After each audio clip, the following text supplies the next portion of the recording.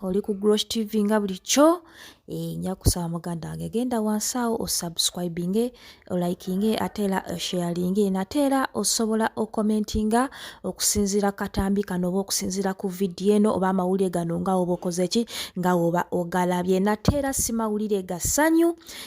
naddala mu entertainment industry tugambe nti eri ba tiktokers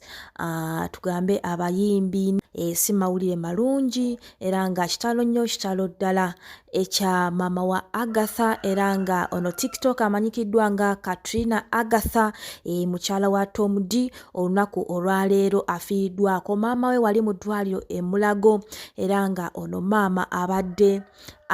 alwanagana oba abadde alina ekirwadde ekibadde kimumala embirizi naye nga mawulire gannaku nti olunaku olwaleero ku makya agenze n'abanga ava mu bulamu buno obwensi. Aba tiktokers bangi babadde nga basonda akasente okubanga balaba nti obulamu bw'omukyalo ono oba obulamu bwa mama Agatha busobola okubanga butaasibwa naye nga ate kyannaku nnyo nti tasobodde kubanga bambi asimattuka so si mawulire malungi nnyo era nga obubaka bungi bukyagendera ddala mu maaso eri ba tiktokers bakyayo kubanga bagumya omukyalo ono Agatha era nga Agatha ye embeera gyali si nnungi nnyo olw'okufiirwako maama we naye nga omukulu Tom D avuddeyo n'ateekayo obubaka ku Twitter n'abanga abikira abantu bonna so kitalo nnyo kitalo ddala eri famire y'omugenzi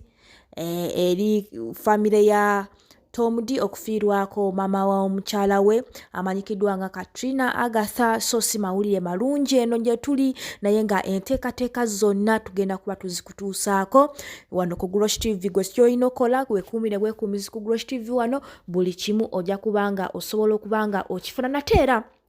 osobola ogenda wansi awo n'obanga oteekawo obubaka bwo obw'okusaasira eri omuwala ono oba omukyalo ono Katrina Agatha. Yes, ba tiktokers bangi babadde nga bavaayo ku social media nga bagezaako kubanga bakontributingira omukyalo ono kulaba nti bambi ataasa maama we naye munnaye mawulire gannaku nti tasobodde kubanga asimattuka so omulambo we twogerera gukyali wali mu ddwaliro e Mulago ng'etali lyawala ajja kubanga agiddwayo so enteekateeka zonna tujja kuba tuzikutuusaako tujja kuba tukubuulira olumbe lugenda ppeerawa era ajja kubeera nga aziikibwa wagwe kyolina okola weekuumire bwekuumisi ku Grosh TV tujja kubanga buli kimu tukikutuusaako naye nga ffe nga Grosh TV management tugamba nti kitalo nnyo kitalo ddala bambi Mungu ayongere okubanga agumya famire ya Tom D famire ya Katrina Agatha bonna abooluganda bako n'emikwano so nja kusaba muganda wange genda bugenzi wansi awo osubscribinge olikinge ate era osharinga still osobola okomentinga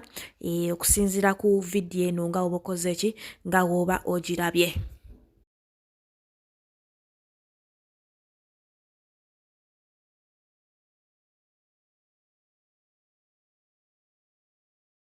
So fenga aba Grosh TV tugamba nti may her soul rest in eternal peace